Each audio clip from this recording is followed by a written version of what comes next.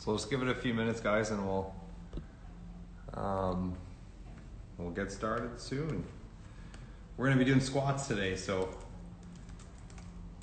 I am very excited about this topic. We have some some guests coming in today too, so that's going to be fun.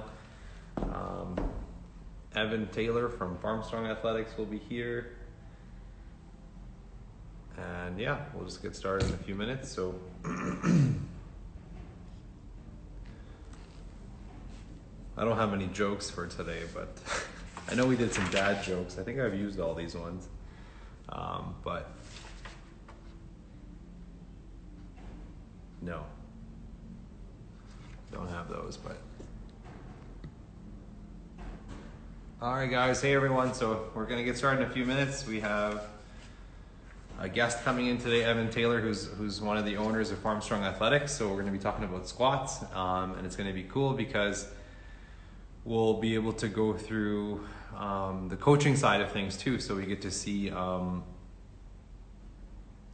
coaches respond to squats, how to cue them, how to correct them, and things like that. And then we'll also go from a physio's perspective, so me, and we'll see how to adjust squats, fix squats, so to speak. And Evan can go live with me right now if he wants. Might be able to keep people entertained a little bit. So Evan was with us last week discussing recovery. So it's cool to balance these topics with individuals in the community. So someone like Evan, who's a coach for high level lift, it's good to bounce back ideas back and forth and stuff like that. Olympic Power and Fitness will likely be with us as well, so that'd be cool. Oh, there he is. Hey, Sonny. What's up? Not much. Did I go live on I went live on the Pursuit of Motion account, right? What's up? Did I go live on the Pursuit of Motion account, or was it my personal account? I think, no, you're on, I think this is Pursuit of Motion. Okay, good. Sometimes I have both accounts, so sometimes I kind of freak out. I'm like, am I on the right one? Yeah, I did the same thing my first try at this stuff. I'm like, oh, it's on the wrong space, then no one saw it. Yeah, that's what I'm like, I always flip back and forth between the personal one I don't use very much because I don't think I'm that cool, but the work one I'm always on. So sometimes one time I think I went live on my personal one, and that kind of explained why no one attended. I'm just stretching out my legs here because Yeah, I was gonna see if I could do the whole squat topic sitting in a squat, but I don't know. We'll see. the whole thing. I have family from India that can do that. Yeah, that's the challenge I always give people is if they could sit in a squat for 10 minutes. One of my uncles, who's I'll just say a badass Indian guy, East Indian guy, and he always makes these bets with us when we were kids. I bet you can't do this and this and this. And we had a squat challenge. He's like, I bet you I can outlast you kids in squats. Yeah. And we all sitting in the squat or going up and down? Sitting in a squat. Yeah. And my cousin and I, so his son and I, sat in a squat for maybe 5 minutes. And this guy, the uncle, an hour, I think, he was just reading the newspaper. He's like, what do you think we did in India when we didn't have chairs and stuff? So yeah. A very functional movement pattern. So, and then we can just bounce ideas back and forth. I have the quick presentation. I'll just go through some of the stuff quickly, and then we can get into ideas about squats. And then from your end, in terms of athletes, common issues you see. Sure. And then we can kind of go through both our perspectives, from the physio and coaching side. Sounds good. And we'll give it a few minutes to get some more people to join here. Hopefully we get a good turnout today. I think we will. And we'll get some Farmstrong people too, because then it shares your stuff too. So sounds good. I think that's good. Should be good.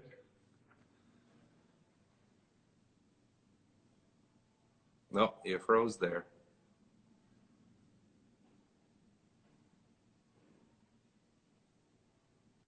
Oh, there we go. Froze for a little bit, but Yeah, I just, can you still hear me? yeah, I can hear you. Okay, I just hooked up to some speakers so I can hear you better. Okay, perfect. I gave OPF a shout out too, so hopefully Kevin joins us too at one point. Chat with all the clubs in town. Me as well. I messaged Rooted Barbell as well, so it'd be good to get like their aspect on things. So come together as a collective community. There you go. Edmonton Weightlifting Society. I did notify. Was there a physio clinic? I think I notified a few physio clinics. So in Toronto, can't have any competitors. No, just kidding. It's Yeah. Just come in and start bashing them. we're just going incognito. Yeah, this is all wrong what you're teaching here. So we'll get started here in 2 minutes. Have you ever seen the original club space for Farmstrong Sunny? I think you have, hey? Oh yeah, the basement. So that's where I'm at now. Oh The my god, official. Well, I'll only give you half of the tour, but the this birthplace. is a 25-foot long gym here. Well, I can't really flip it, but this is where we originally started. That's awesome. That's so cool. Yeah. Now it's converted into Lincoln's bachelor pad. So Oh yeah, his bedroom. Yeah. yeah, so we had a 25-foot long platform. We operated out of the basement until we realized somebody was going to get killed. Yeah. That's awesome though. Yeah. That's so cool. Yeah, I remember I saw it that first Christmas party. That was fun. Oh, right. Yeah, that's right. I got to see the space. Yeah, where we had DJs and beer. That'd be wild. Plug in, otherwise I'm going to go dead here. That'd be awesome.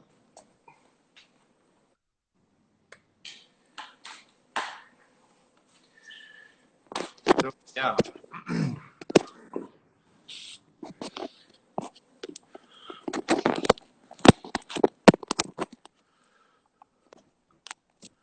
Yeah, I know one of my old students actually, Mitchell Luck,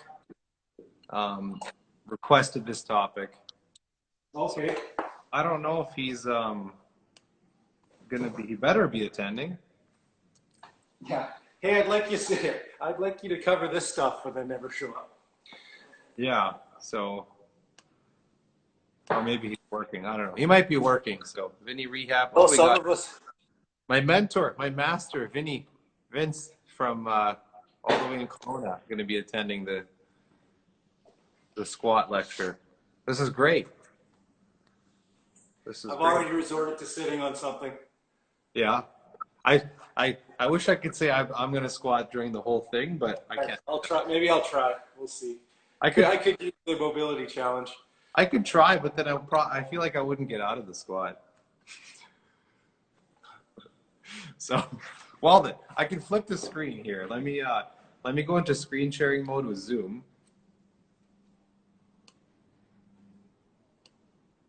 All right. There we go. So that is done. And then Vinny says, "What's up? Nothing much, you, Vince. I miss you as always." He doesn't have to say I miss you back. I know he already does. He doesn't So have to say. I'll go through some of this stuff, Evan, and if you want me to if you want to add anything to it, just feel free to do that. Sure. I'm just gonna blow through some of these slides, so that way we can show off our legs, I guess. Oh yeah, I got my tightest shorts on for this. I hiked mine up to Yeah. belly button, navel level. It's pasty white thigh level. I got chocolate brown, so that's it's not even cheating. That's just the way I was. That's my biology. Okay, so I'm gonna get into a better angle here. So squatting without issues. Very simple, straightforward topic, but not so simple. I mean, squats are quite commonly done, and we're gonna go through why we do squats in terms of sports and performance. I'll have my brief little minute on how it can be beneficial to osteoarthritis of the hip and knees. And then we'll get into squats more from like an athletic perspective. So it is a functional movement pattern. So it is a natural position. We do it all the time. So you can see the baby up here. Everyone's seen a baby kind of go into a squat and play with things. It is a functional movement pattern. And then you see this very high level lifter here lifting quite a bit. How much weight is that, Evan? What's the math on Looks that? like it's in the 200s. Yeah, So so one, over 2, 3, 4. Can't really see there. How many red plates is there? 4? there's 4, yeah, and then the blue, so 425s. Yeah, it's like 220 something, I think. More than that. 20 kilos, and it's easy for that guy. And look at that back. Look at that defined back. Yeah, Zhu Xiaojun. And that. I mean, I like if you could come back to that one through your slides. Like that's to me how squats should look. Like all the way down like that. Yeah, ass to the grass is a common term people hear, and we're going to discuss that and why that's important. So it is a fundamental movement pattern. Olympic Power has joined us, so we're going to go through, hopefully we get Kevin on here too. So it's involved in fitness and performance, so significant range of motion is needed. And this is why I like squats from a physio perspective, is that you have quite a bit of range of motion in the ankles that are needed, the knees, the hips, also the back and shoulders. So it's a very dynamic motion that involves all of those joints, quite a bit of musculature. That's why it's a basic movement for like any resistance training, most sports, especially Olympic lifting, powerlifting, and things like that. So you build strength in this range of motion. So if you think about strengthening within a range, this is strengthening within the whole entire range. So every part of it is distinct and has different usage of muscles. So it's very good to do squats, builds a lot of muscle, you build explosive power, the posterior chain, so meaning the back, hamstrings, gastrocs. Good for injury prevention. So even from like a runner's perspective, they show runners who do take part of some sort of lower extremity training that involves squats, there's less rate of hamstring strains. The aging process, so osteoarthritis, can slow down the process. So I like squats quite a bit, and this is where a lot of research I looked at in the past was. I don't have the article offhand, but it does show that strengthening the lower extremity does reduce impact in the joints, therefore helps with osteoarthritis. That's why with a lot of lifters that stay active and stay lifting have pretty healthy lower extremities and backs and things like that. But I find, yeah, like even if Sandy at the club, she's an amazing example, can get quite low and she's like in her 60s and looks better than probably me doing squats. So I think from an aging perspective, from a lifespan perspective, very important. So maintaining the range of motion and strength and things like that. And that's only when I adjust people's squats, is if they have a range of motion or mobility issue, then I'll do like, you know, half squats or quarter squats, which are still good, but from a strength perspective, you want to get low into a squat. So I know for like the term, the hole for Olympic lifting, the bottom of the squat. So the deep squat, so going below parallel, and I'll show you on the next slide what that is. It helps you get comfortable getting out of the hole. So, and this is where a lot of lifters, I think, can get into plateaus and things like that when they catch something at the bottom of the squat and can't get out of it. And I'm sure you see that quite a bit too, Evan. Yeah, it happens. Yeah. That's my excuse for like the last, I don't know, year and a half. The deeper the squat, the greater the power. So if you do full range of motion, that requires more muscular demand, therefore more strengthening. So if you're going very low, that's a greater demand on the body, which is good because then it develops power and strength. It builds stronger legs due to that. So it's a dynamic motion, and you increase the stability of the low back. So often people think about the lower extremity in a squat, but quite a bit of torque happens on the lower back, which again has shown to help posture and things like that. So yeah, so I got some images from a textbook. We'll quickly go through that. Anything to add about that, Evan? Sure. Yeah, your audio is cutting in and out a little bit for me, but yeah, definitely. I think you have to train if possible. I mean, there's mobility issues at times, and there's very seldom cases where I think out of all of the kind of new athletes or athletes I've ever worked with, there's only maybe a handful of cases where it's an actual, there's a reason why they can't squat all the way down and all the way up, whether it's like existing injuries or, you know, I very rarely find that it's an actual mobility issue that can't get a mobility issue that can't be worked on to Yeah. squat full range of motion. I mean, there are times when you have to adjust early on, Hmm. but for the Yeah. most part, most people, if they focus on increasing their mobility and stuff like that, they should be able to squat full range of motion without any issues. Yeah. That's a good point. For sure. I agree with all the above. So here's a squat from the textbook. So you can see parallel, breaking parallel means the hips here is lower than the knee itself. So that's kind of where you want to be, maybe even a little bit lower than that gentleman is. And then if you look at center of mass, you see normally center of mass is kind of by our belly button area. But when you're lifting heavy load, it moves up. So you have more weight up top, and also depends on how much weight that you're utilizing. So some things to consider. So you do have quite a bit of force from your quadriceps and your hamstring. So they work together in different parts of the squat. So the hamstrings is known as a hip extensor, pretty powerful like a hip extensor along with the glutes. So when you're coming up from a squat, huge demand on the hamstrings.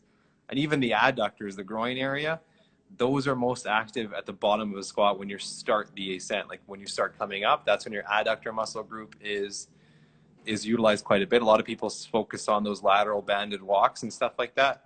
That helps the external rotation and then the muscles on the outside and the glutes. But sometimes what's missing is the adductor, so the groin. Those muscles can be weak, so sometimes you got to take that approach. A lot of people just throw on bands and think that's what they need. Sometimes you need to work on the adductor muscle group.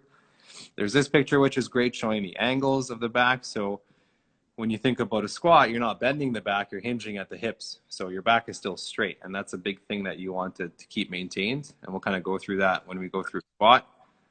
Couple angles, not too important to know that, but you can see that, again, you're breaking parallel here. The bum is a bit lower than the kneecap. And I would think that, the way we squat would be a little different than those. Some of those angles are going to be a little bit different Yeah, depending on how you coach it, right? So for sure, yeah. I mean, the big thing with this is having the bar kind of line up with your feet. So that way you're stacked. If your bar is too far forward, like towards your forefoot or even more, then you're going to lose it going forward. If you're too far back, then again, you're going to lose your balance as well. So kind of like this image here shows some dotted lines through the midfoot. And the one on the right is going to be really tough. The fellow on the right there, he's in trouble. Dan would say bum down on that one. And then you have like some of these. The degrees, again, don't worry about it too much. So if you have, when you're squatting, you want to be relatively shoulder width and then your feet out a little bit. So if your feet are a little bit wider, then you want to have your feet, sorry, if you're wider than shoulder width and you want your feet out a little bit more. This you can play around with. I have, even my stance is a bit wider than shoulder width. And it's okay for me. My feet are a little bit wider than this guy's and I'm okay. So it depends on like what you feel comfortable with, right? So if you feel limitations, and maybe adjust your and that foot placement is going to help overall. Just when you probably get into the anatomy of everybody's different, right? Your hips, everyone's hips might be slightly different. The hip socket and the hip, exactly. the ball of, so those might be the things where you have to adjust somebody's foot placement for the squat, just so they can move full range of motion. Yeah, and that's a good point. And then you have like the lever arm. So when you think about the lever arm, so you're hinging at your hips, the weight's right there. That's your lever arm. So if you keep it stacked, then it's a bit easier to use. So this is a good example of, having a bunch of weight on a bar. It's straight vertical, so it's very easy to balance. If it's too far forward, it kind of increases the amount of work that it takes for you to keep it up. So if you're leaning too far forward, kind of like this person, you're going to create a lot more demand for the muscles and a lot more torque on your back, which you want to avoid. You don't want to do a good morning squat. That would be bad for your back, especially if it's heavy. So you want to keep the bar kind of in line with your foot. So the bar, the direction of travel should be straight down, like kind of through your shoulders, knee, and foot. So this is just like an exercise to do to see where you need to be squatting, which we can go through later. So injuries, IT band syndrome, bursitis, strains of the quads, hamstrings, and adductors, ankle sprains, hypomobility, and lumbar strains. So I can flip back to me. So with those things, what I see is like a lot of the common issues with squats, adductors, so the groin, quadriceps, which is the big muscle in the front of your leg. Those are common ones that are seen for strains. And again, avoidable. Like I think a good warm-up program is going to be a good thing for people to do, whether that's like riding on the bike. If I squat cold, again, it feels like crap. So a good warm-up is always good. I think a lot of people fail to do that and realize what could happen if you don't warm up, and then you get injured, and then you kind of have that process. So those are the common injuries of the lower extremity. I find a lot of people have tight adductors, so that groin area is pretty stiff. And that's why we do a lot of those banded walks, like the bands around the knees when you squat, or like the lateral steps, the prisoner walks. You see that to strengthen the external rotators. But sometimes the issue is the internal rotators or the adductors are too tight. So I always think of it as like if your feet are too wide, like too rotated outwards, then you have very tight external rotators. So you might need to strengthen the internal. So if someone's feet are too wide, I would do some like adductor strengthening. So strengthening kind of the inside of the leg here. So maybe doing a squat with a ball between your knees. If your feet are too far in, so they're too straight, that could mean that your internal rotators or adductors are overactive, like your mobility is reduced. So I can show people some of those techniques too, a couple exercises to do to help with that. Because I know a lot of the times we do these banded things, and I think sometimes people don't understand why they're doing it. They just think about hip stability, which is true, but you focus on different muscle groups when you do these exercises. So there's a few things about the squats, and you can add in anything you want, Evan. Yeah, no, it's just it's a lot of, it seems like a simple movement, right? Very functional and every day, just sitting on a chair is essentially a squat. But, if once we start adding load, whether it's, front squats or back squats or overhead squats, everyone's going to have their unique issues that might prevent them from doing the movement properly. So all of those styles of things, whether you're talking about just warming up your abductors or stuff that's going to affect you from moving properly, you're going to have to find those placements and those issues individually to get ready to do it and then to do it properly, right? Yeah. And what kind of as a coach, would you see it's a common issue with squats? Like what are the complaints usually with pain or with mobility issues? Well, I mean, we get it from all sorts of ends. So if we're working with, say, a younger athlete and the parents, they kind of go, well, the big one is like, oh, I heard you're not supposed to squat all the way down because it's hard on the knees. So that's kind of like the one myth that's out there that you always have to kind of work around. Like the old school way to teach it, I think, was just go to 90, come back up, anything below 90 degrees and your knee's going to explode. But yeah. For us, it's just like, no, you want to build up all that tendon strength and, have that full range of motion. If your body's built to move a full range of motion, why not train it, right? So exactly. So initially, early on, I find a big common one is especially with our field athletes and even our hockey players, but our field athletes will have jacked up ankles. So if your ankle isn't moving and bending properly, like you won't be able to get that full range of motion. So if it's locked here and you can't squat, well, you have to move all the way. So sometimes tight ankles is going to be a big issue. Yeah.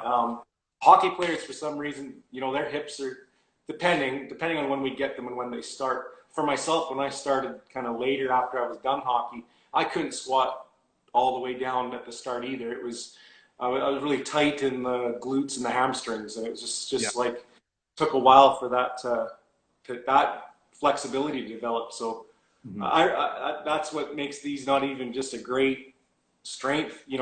Some people call the squat the king of all exercises, but it's also super beneficial for flexibility. Just even holding the bottom of a squat, with a little bit of load, and your over time your flexibility will get better just doing them. So.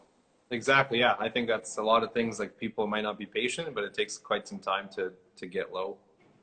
Yeah. Unfortunately, flexibility and strength don't come overnight. It's like, and the whole knee thing that you said, a lot of force to the knee. It's interesting. I was reading a couple of studies that that examine like the force output in the knee, and that 90 degrees is actually the most force in the knee. So if you go lower, it actually puts more demand on the hips, which is good.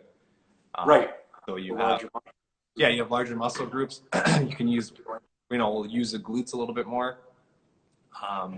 Because then the mid phase of coming up is more hamstring. So if you go a little bit lower, then you lose a lot of glutes and adductors. So that the inside of the leg, that gets ignored quite a bit for strengthening. So when you're very low, that's when those muscles are utilized. So you have like multiple muscles at work in unison, but also in different percentages, right? Like one part of the squat, you might have more demand on one muscle versus another part.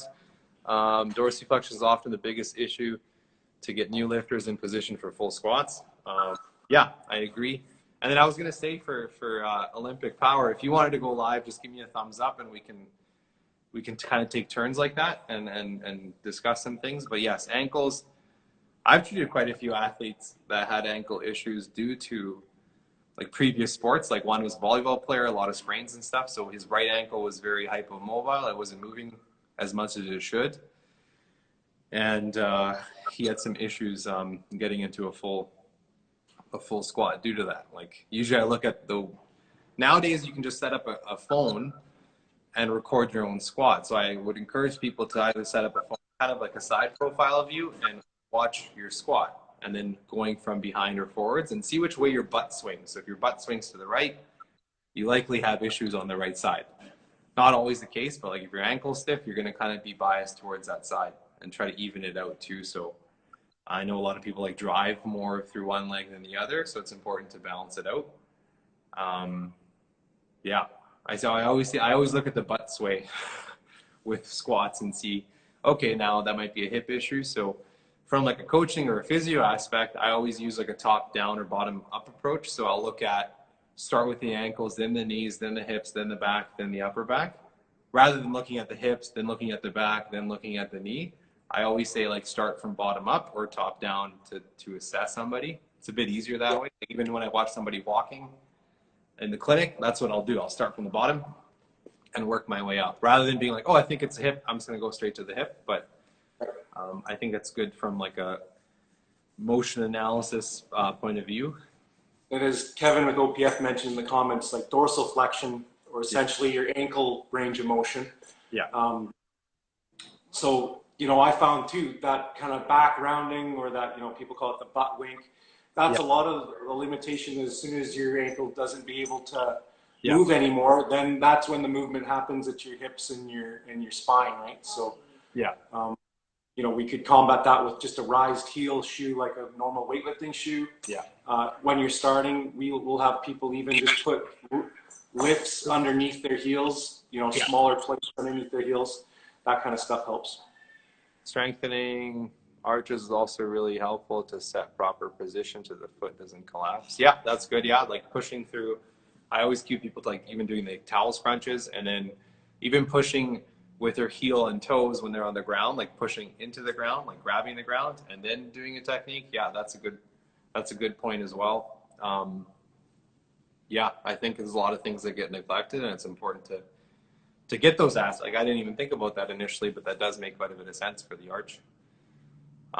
So that would help your feet stay stable and not kind of pronate like that as well. If someone has like a weaker lower extremity, I find like a good ankle warm up would be just doing like a knee to wall exercise. So if I pin some stuff over, and I'll get into squats. I'm wearing athletic wear, so I can do some squats today.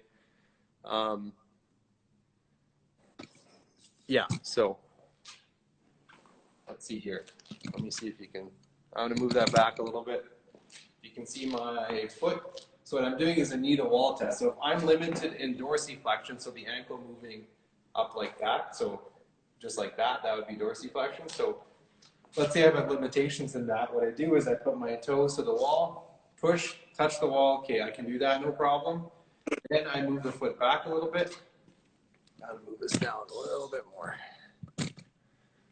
So yeah, then I move the foot back a little bit, touch the wall. I can do that, move it back, and kind of keep going back and pushing down and in. So right from there, I can do it. I come back a little bit more.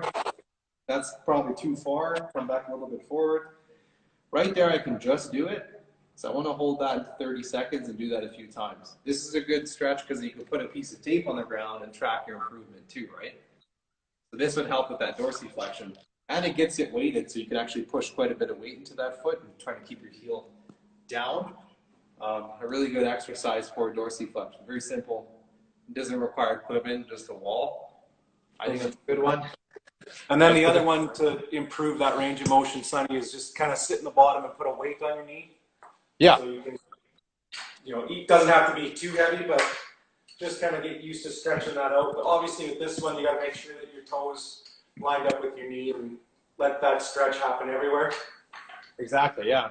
And I even do, like, if I'm squatting, hopefully you can see that. Yeah, you can see that.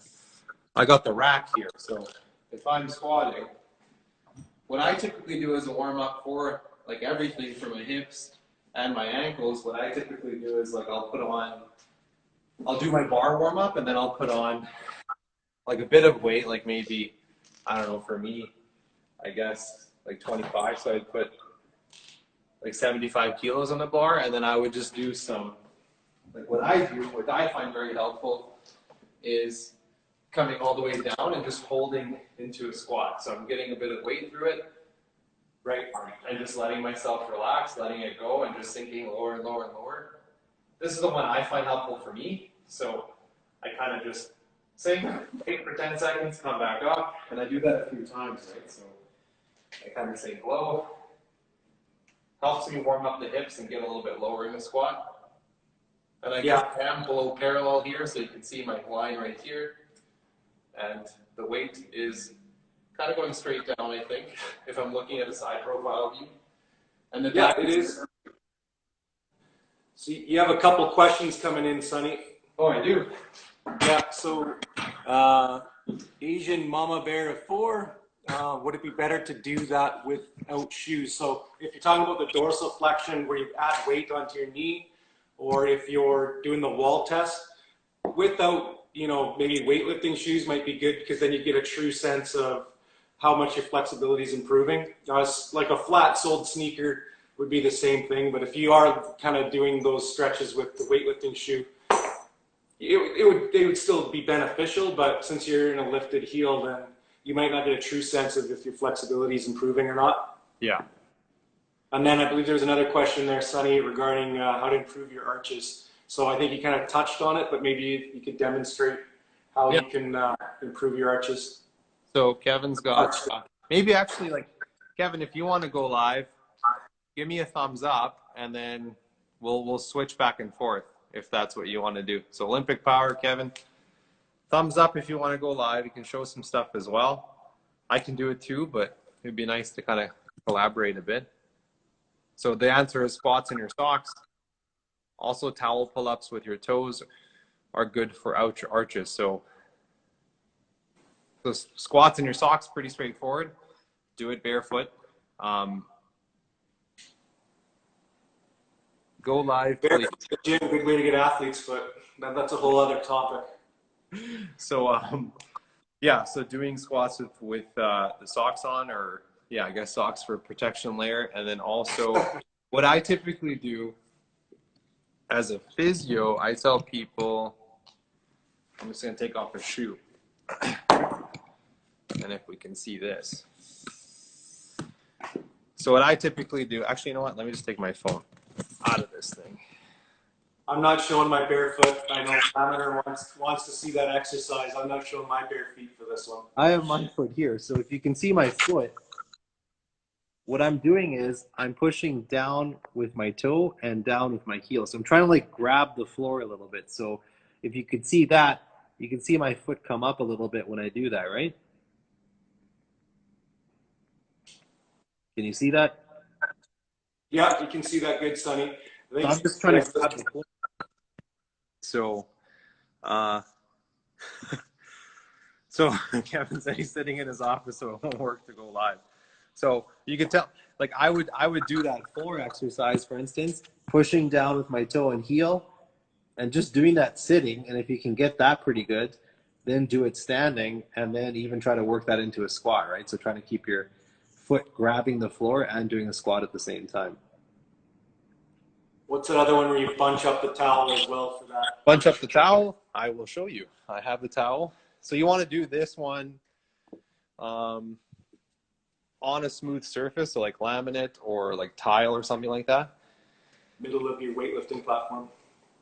Or a weightlifting platform, yeah, that would work. Anything smooth. For wood. I'm just gonna grab a little balance board because I have rubber mats here, so that won't work. So if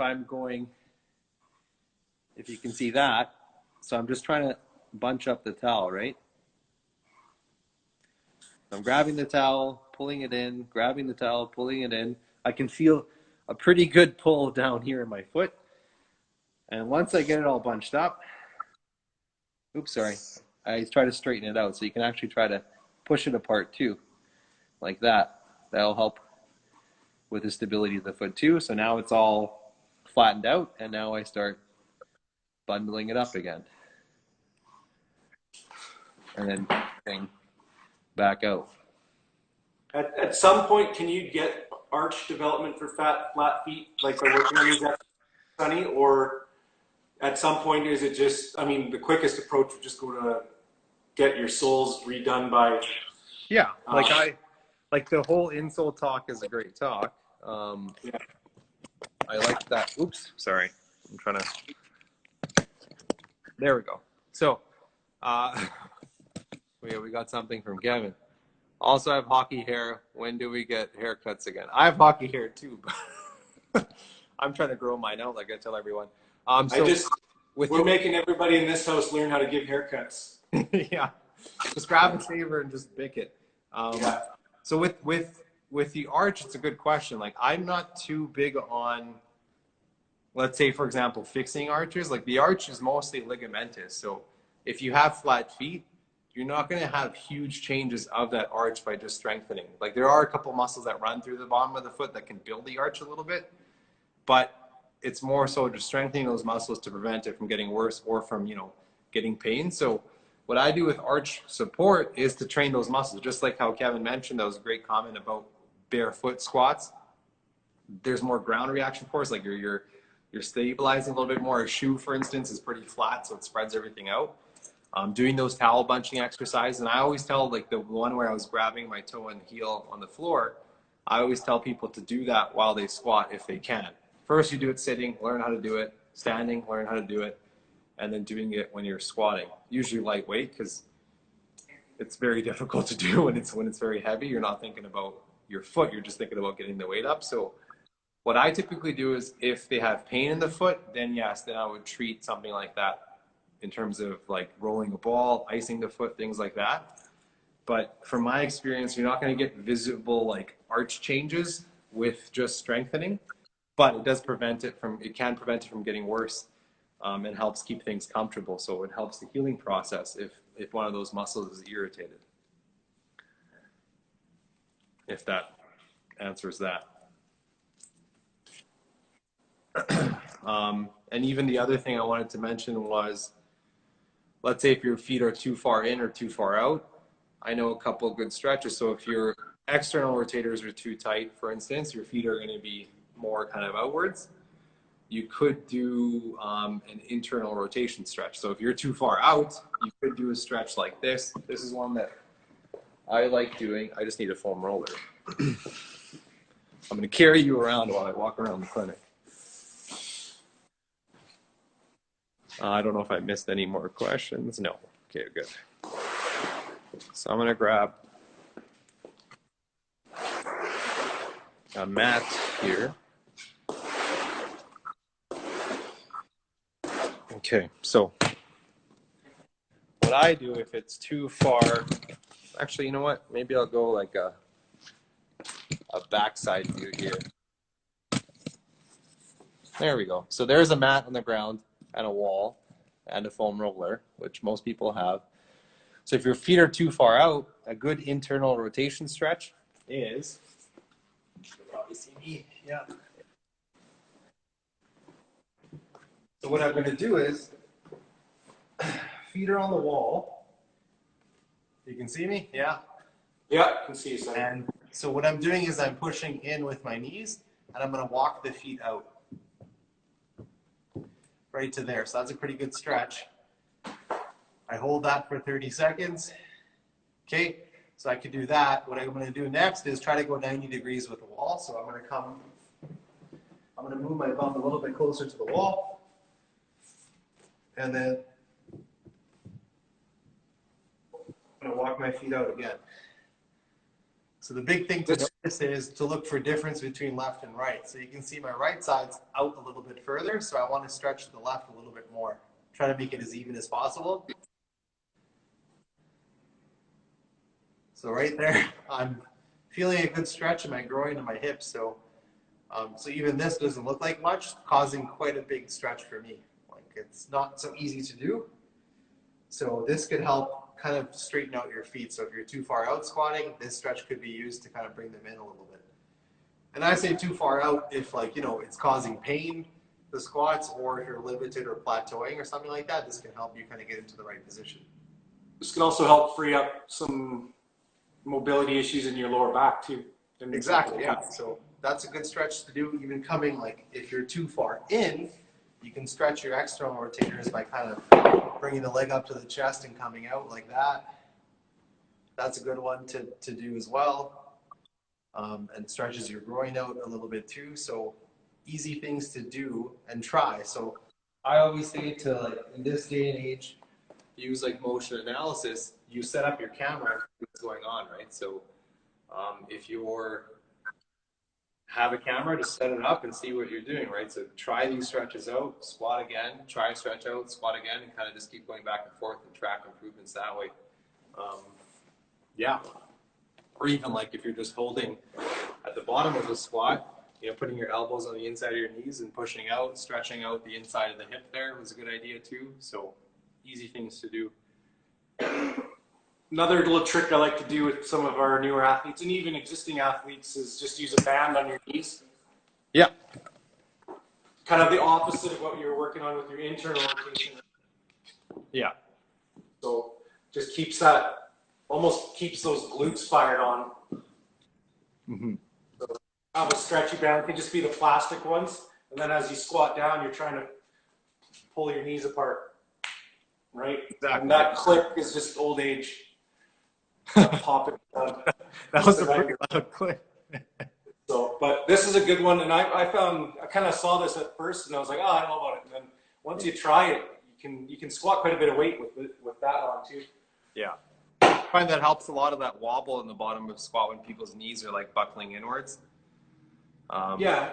And when newer athletes aren't quite used to the, you know, their knees want to collapse in, you don't want that. So, just having that constant reminder to keep them over the toes works well. Exactly. And then like with the inside, you could also do those squats. Like if you're weak on the inside, if your legs are too far out, for instance, then you can do some squats with the ball between your legs. So I'm going to grab the volleyball. Uh-oh. Oh, there we go.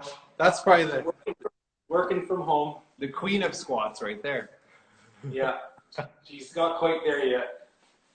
So going into, like, if these are too, you know, if they're not strong or they're not being trained, then a good idea is to put a ball between your legs. A slightly larger ball would be perfect, and then try to do some squats like this, right? So just coming down on those. A larger ball is too far in for me. Or even doing like sumo squats, right? Going wider and then and holding in this position. So doing a wider squat works on the adductors as well. And then you just hold in this position as long as you can until you burn out. You can even grab like a kettlebell or a dumbbell and do it like that. That would help the inside of the leg. So depending if you squat too far out, too far in, if one side is significantly more than the other, yeah. We've used, just bringing that ball out, just kind of reminded me too, is if you're always kind of questioning how deep you're going, you can set up medicine balls like that to kind of give you a target or a squat, like a box or, you know, box squats is a good, I guess it would be a scaled version, not necessarily a scaled version, but if there is severe mobility issues, even just, I got lots of people, I've had a handful of people over the years that can't squat full range of motion, say all the way down, ass to grass. So, you know, box squat's a great substitute. And it is even a good substitute kind of rehabbing from injuries too. Yeah, no, that's a good point. I think it's good to see where your issues are in a squat and then work from there. It's so box squats or 90-degree squats are still good if that's where you're kind of if that's where your issues are. So yes, you want to do ass to the grass, so to speak, but you can still do box squats to work on strength and power if there's a certain area of the squat that's an issue, right? So if you find an issue at the bottom, then do some more work in the bottom, right? Grab those bands if your knees aren't stable, bands around the knees, and then do some deeper squats. So it's good to know.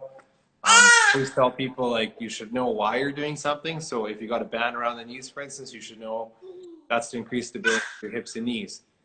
If you're doing that ankle mobility stretch, that's obviously for range of motion for the ankle.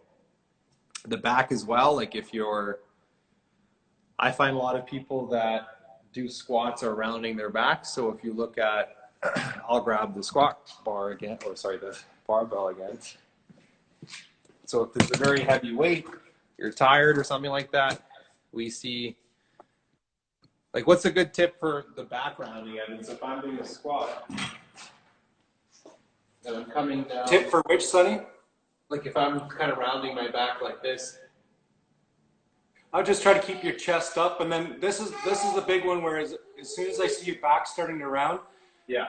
For most people, it's because their knees aren't continually going further ahead. So let's say your shin angle stays more upright. Yeah. Well, then people go, well, I'll go down deeper by rounding your back. Yeah, so that's kind of right now. So they're trying to get depth by just compensating somewhere. So, you know, having that full range of motion where you're coming, you know, instead of coming back on your heels, let the weight come more midfoot, and as you go all the way down, not round here, right? So you'll be more upright, but it's the knees keeping going forward with your toe, right? So as long as they keep moving, but when people have tight dorsiflexion, or, you know, and that shin angle doesn't keep moving forward ahead over the toes, that's where upstream, like you say, upper chain starts breaking down. So that's one of the bigger ones. Is I'll see people, they'll lock up, right? Yeah. Even the pause squats will help with this. That's a good point. So pause squats are holding at the bottom of the position. That's a good point. I find even like keeping your head straight. Some people will look down as they squat. That could, if you look down, that's going to flex that thoracic spine too. So if you keep your head straight, not fully extended, because then you'll torque your neck. But so Kevin said that's good, as pause squats help with this as well. The pause squats are awful.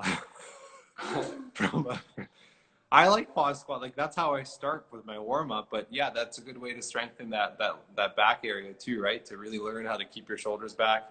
And like I mentioned, Evan, like keeping your head straight. So if you look down, you're automatically going to curve the back, right? So if I can come back to the good old squat rack. Good thing I have two of them.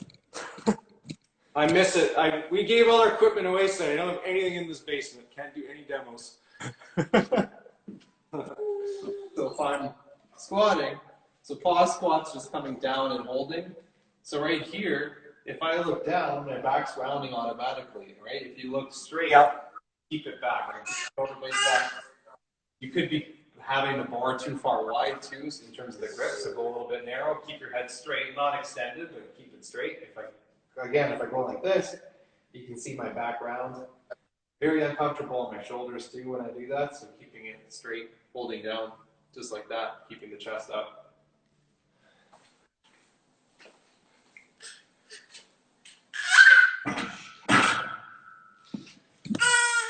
So while we wait for more questions, Evan, do you want to talk about programming? So anyone who has questions about squats, type them in and we can answer them. And then if you'd like talk about programming and volume, any quick tips for that? Yeah, it's, I mean, obviously squatting is an accessory movement unless you compete in a sport like powerlifting.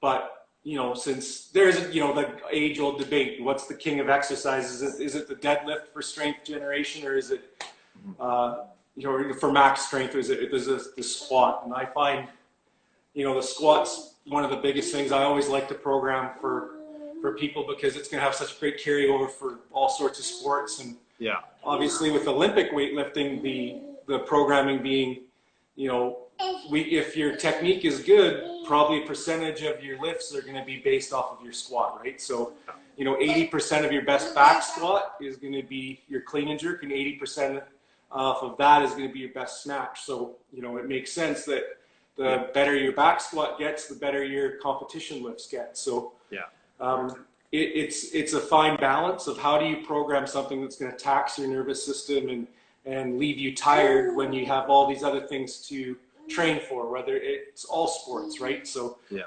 it's just strength and conditioning, or, you know, you have to balance in that with your other training. If it's Olympic lifting, well, then we have to program it around all of our other movements, our competition lift movements. So that makes a lot of sense. So it's going to be dependent on the athlete, how much volume and intensity they can handle, along with all those other exercises that they do. So I find that, you know, age. Really? Cammie thinks she's chiming in. She's helping coach. She's such a happy baby. So one of the things for load and intensity, size of the athlete can factor into how much volume they can handle, age, training age of an athlete. So there's a lot of different specifics. There's some general squat programs that work well if you just want to focus solely on squats. They can be programmed, you know, with those different things in mind. So is there any other questions? There's a couple good ones that I've used over the years. There's, you know, just a simple, when you're starting, a simple linear 5x5 type program where you're going up a little bit every week. It's kind of a linear periodization. That's a common one that you use for beginners. You don't necessarily go for heavy 1-rep maxes for a long time when you're starting out. And then on the flip side, that one can have a little bit more volume to it. On the flip side, you know, you can have a heavier singles, more routine, right, where the intensity is higher, but you're not getting the same amount of volume in. And as I've gotten older, those programs with less intensity, higher intensity and lesser volume, I find they work better for maybe, you know, an athlete that's got a little bit more training experience. So, we talk about programming, and there's lots of different variabilities that go into it. And it's just a factor of what you're trying to focus on the most, right? Yeah, I know with like doing research wise, like I always like nerding out and doing research. I know for like, if you look at squatting and Olympic weightlifting specifically, and this is where where I tell athletes of all sports that to increase jumping, any like high velocity, high power motions, so jumping and sprint times and things like that, Olympic lifting training or doing components of it helps that significantly. So I know they've done studies in which they put people in groups of like standard resistance training, Olympic lifting, and plyometrics. And even like after doing, I think it was 8 to 12 weeks of that, it showed more like a higher vertical jump, a broad jump, and 50-meter sprint times for the Olympic lifting group. They say the best is to incorporate plyometrics and Olympic lifting together, which a lot of programs do that, and that's going to be the best for explosive power. So a lot of athletes are like, well, I'm play hockey, why am I doing Olympic lifting? I can show them data that says, hey, like your skating speed will increase and power will increase. Yes, it's for sports that are like, you know, very short durations of power. Like hockey is going to be like a very short shift, like 45 seconds to a minute, explosive power, and then you're out and you go back. Same with basketball, jumping straight up. Rugby, it's even helpful. So a lot of it's a good training to do for any, like that's why U of A has like an Olympic lifting program with the pandas and golden bears. If you're treating someone with knee pain that isn't an Olympic lifter, is your goal still try to get them to be able to deep eventually, or is the deep squat more? Okay, that's a good question. I would say squat regardless. So if someone has a knee injury and they don't have any mobility issues, like if they have a knee injury and they have osteoarthritis, then I would limit to probably 90 degrees. But If it's an athlete from any sport, anyone who's active from any type of activity, I still go into a deep squat. I think it's more functional, and you're strengthening more than doing like partial squats. Yes, if they're pain too severe by mobility, then I'll adjust it to half squats, and then I'd still try to go for depth, because you want mobility and strength. It's going to help you with everything in terms of sport and strengthening. So yeah, and I mean, and the follow up, the second part of their question, Brooke's question there is a deep squat more for a performance athlete? No, I think a deep squat is for everybody. So if you've got a mobility issue, well, you know, why do you have a mobility issue? Is it going to help you become more flexible in life? yeah. Well, you don't have to be an athlete to want to be more flexible, have more range of motion, be healthier. There's a lot of mobility issues that a squat can help for, having a deep overall balanced squat that's going to help with your overall back pain. If you can't squat all the way down, what's the limitation? Do you have any other things that are in pain because you don't have these mobility issues? So yeah. I would say, you know, a deep squat, you know, and we're not talking about mass loads where, you know, we're squatting 400 pounds. Like, yeah, not everybody's going to get to those strength levels, but like anything, most people can achieve some variant of mobility and get some benefits from it. So, you know, hence we've got people that we work with, and that Sonny, you work with all sorts of age groups and ranges. Well, your end goal is always going to be proper movement and, you know, full range of motion if possible, right? Unless there is something severely problem. Like, you know, most things can be resolved, you know, unless there's major injuries or, you know, like you said, you know, arthritis is going to cause a lot of problems that maybe we can't work around. Yeah, I agree. Yeah, it's so I guess the quick way to answer that is yes, I try to go for depth if it's doable. So if there's osteoarthritis or a severe injury that's limiting it, then I'll obviously take it easy, but I'll still try to push for deep squats, try to break parallel, because of that aspect of increasing the muscle demand. So if you have more demand, you have more adaptation to it, therefore like more cross-sectional area of the muscle, growth, things like that. So I would push for that in most cases. Even like with my seniors that have osteoarthritis, I'll still push for like 90 degree squats. That's why I have the squat bar set up on that rig, just so that they can still go for some sort of depth as much as they can do. So before it ends, I think you got a couple more minutes. Take home points would be to set up a camera, watch your squats, see how they're doing. So if it's a hip issue, try those hip stretches that we went through. Ankles are quite notorious for mobility issues. Do the knee to the wall. What Kevin said from Olympic Power is to do like barefoot squats to train your intrinsics of your foot in the arch. Helps with balance as well quite a bit. Yeah, I think that's a good squats. I think we could break this up into like 4 weeks of conversation, but yeah, trying to do all these stretches and see what helps you, right? Do your squats before, see how they go on camera, and then do some stretches, do the squats again. Okay, there's some improvements, and then kind of go from there. Anything to add, Evan? You got about a minute. We got a minute. You know, back to programming, how much should you be squatting? I don't really, it doesn't, to me, most athletes and, you know, even most general population, just for exercise purposes, I think squatting 2 to 3 days a week is kind of a minimum. Yeah.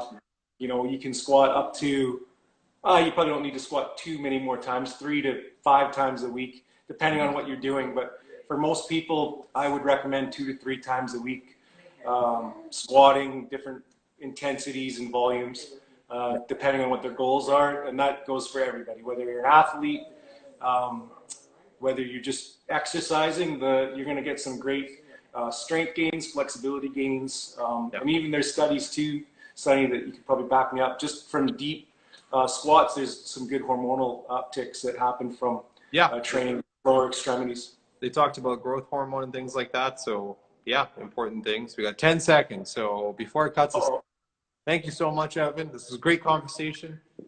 All right. Good to see you again, buddy. From OPF, and we'll see you next time. See you next